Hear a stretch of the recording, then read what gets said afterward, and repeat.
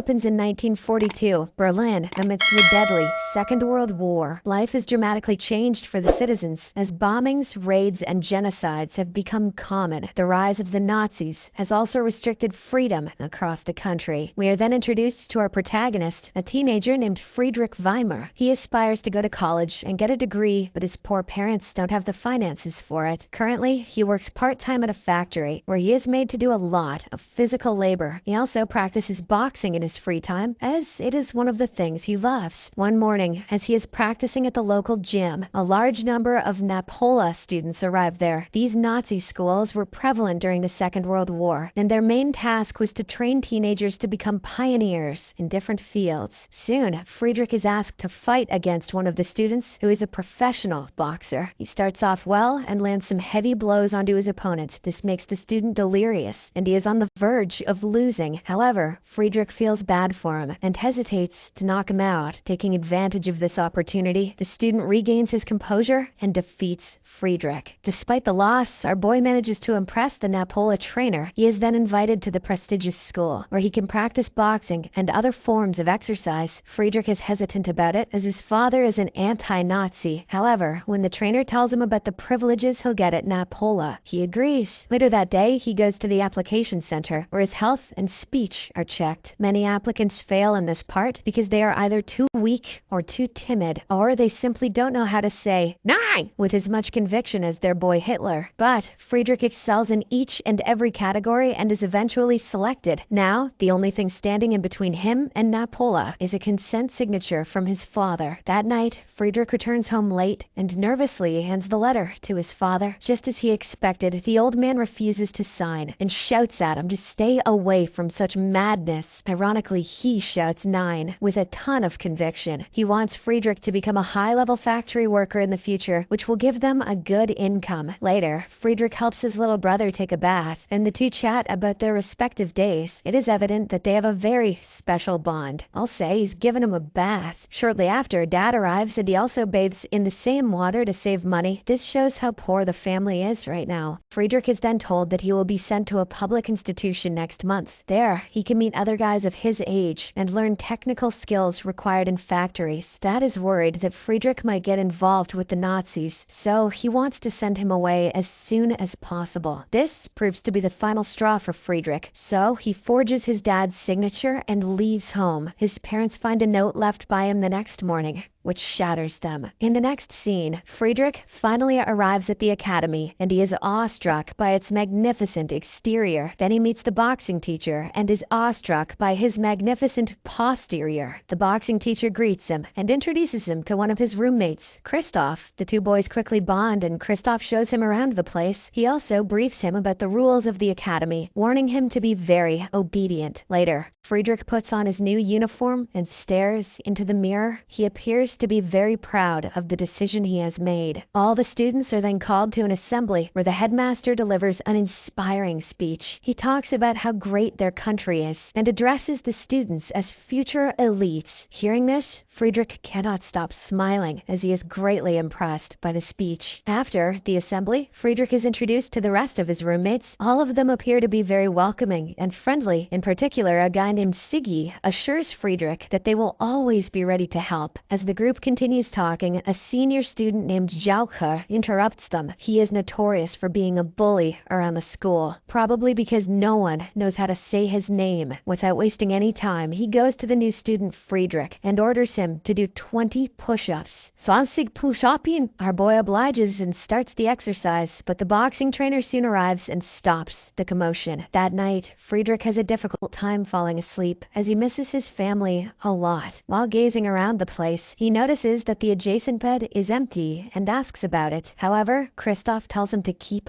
quiet, as they aren't allowed to talk after the lights are out. Shortly after, Friedrich hears some noise coming from outside. So, He goes to the window to check. He sees a car dropping off a new student who is greeted by the headmaster. It is evident that he is the son of a VIP. No way, it's little Billy Bob Hitler. In the morning, Friedrich discovers the same guy in the adjacent bed. He is Albrecht Stein, the son of the city's wealthy governor. One would assume that he is an arrogant and brash kid who loves to flaunt his dad's power. But Albrecht is actually the opposite. He is kind-hearted and soft by nature. He also opposes the war and doesn't want to become a soldier. The only thing he likes is writing poems and essays. He's doomed. As the students get ready for the day, Siggy looks worried as he has wetted his bed again. He is frightened about the consequences and the humiliation he will suffer soon. Meanwhile, Friedrich struggles to make his bed, so Albrecht offers to help him. This proves to be a good bonding between the two, and they quickly become friends. After a while, Jalcher arrives in the room and gets to know what Siggy has done. He promptly reports it to their cruel instructor Karl, who then decides to make a statement out of the boy. Karl orders Siggy to bring his mattress to the field and pee on it in front of everyone. The latter hesitates to do so, but Karl puts him under pressure by making all the students do burpees until he finally obliges. Yeah,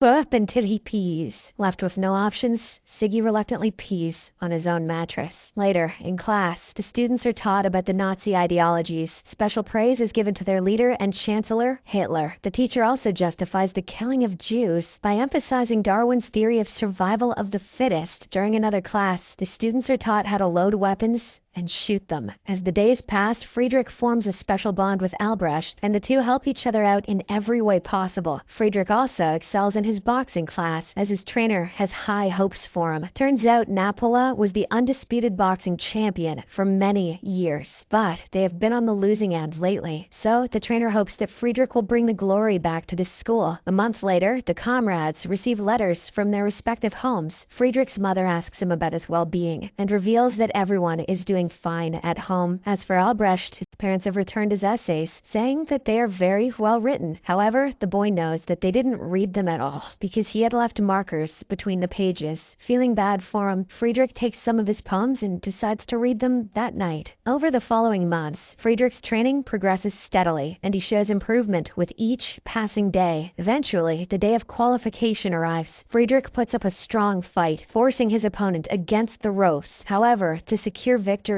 he must knock out his opponent, who has already surrendered. This leaves him in a dilemma once again, as he feels bad for the guy. But in an impulsive moment, he chooses victory over morality and ends up knocking the dude's ass out. This earns him applause from all the spectators, except for Albrecht, who questions why he attacked a defenseless opponent. The next morning, Siggy is in trouble as he wets his bed again. When Jalcher learns of this, he blackmails the boy, asking him for a substantial amount of money, or else he will inform the trainer. He gives Siggy until dinner to gather the funds. Later that day, the cadets receive training on handling stick grenades in the field. Most of them carry out their work precisely, but one student panics and drops the grenade right in front of them. This prompts the instructor, Karl, to flee the scene right away. Now, with seconds remaining on the clock, Siggy decides to step up. He heroically shields the explosive, saving the lives of over 20 cadets at the cost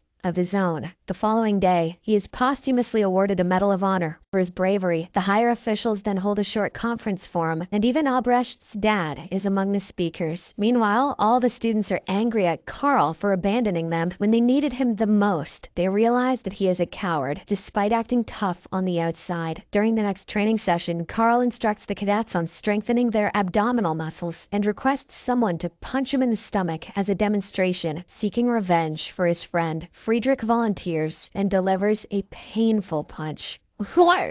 Later, Albrecht invites Friedrich to his mansion on the occasion of his dad's birthday. As they all have dinner, Friedrich notices how Albrecht is often ignored by his parents. Dad even forbids him from reciting a poem, saying it is not the right hobby for men. When the adults become drunk, they pressure the two boys to fight each other. Friedrich expectantly refuses, but Albrecht feels humiliated by his family, so he convinces his friend for a round. He also asks him not to show any sympathy. As a result, Friedrich knocks his friend out with a single punch. On the bright side, Albrecht is going to write a beautiful poem about this. Several weeks later at the academy, the students are gathered at the hall for an important announcement. The headmaster reveals that some Soviet prisoners have stolen weapons, committed murders, and fled a nearby village. The cadets are then divided into groups and instructed to apprehend the prisoners by force, armed with rifles and authorized to use lethal force if necessary. Albrecht and Friedrich once again find themselves on the same team. While on a mission, they encounter a group of people fleeing from a hideout. Without hesitation, they open fire, only to realize they've just killed a group of children. Albrecht tries to save one surviving child, but is stopped by his father, who arrives and shoots the child dead. He also commands Albrecht to toughen up before leaving. Overwhelmed by the incident, the poor boy ends up throwing up. As the tensions escalate, Friedrich also gets into a fight with one of his friends. This results in both of them getting punished with a 24-hour imprisonment. The next day, in a literature class, the teacher instructs them to write a poem about winter. Albrecht's poem starts innocently, but he soon veers off, condemning his father's actions of killing innocent children the previous night. This enrages the teacher, and he asks Albrecht to take his words back. However, the latter refuses, as he is proud of what he wrote. As a result of his actions, he is conscripted to fight in the Eastern Front against the Soviets. When Friedrich is finally released from prison, he learns about his friend's fate. He angrily questions why Albrecht wrote such a risky poem, but the latter once again defends his actions, saying he just stood up for his beliefs. This leads to an argument, and they start fighting on the floor. However, they soon stop and start crying in each other's arms. During the next training session, the cadets are tasked with navigating through a hole in a frozen lake. Christoph goes first, and he passes through the lake effortlessly. He also secretly connects the holes with a rope so that the others can navigate easily. However, when it is Albrecht's turn, he deliberately stops in the middle of the lake. Friedrich realizes what he's doing and desperately tries to save him, but his efforts are futile. Albrecht then lets go of the rope and slowly drowns in the lake, devastating everyone.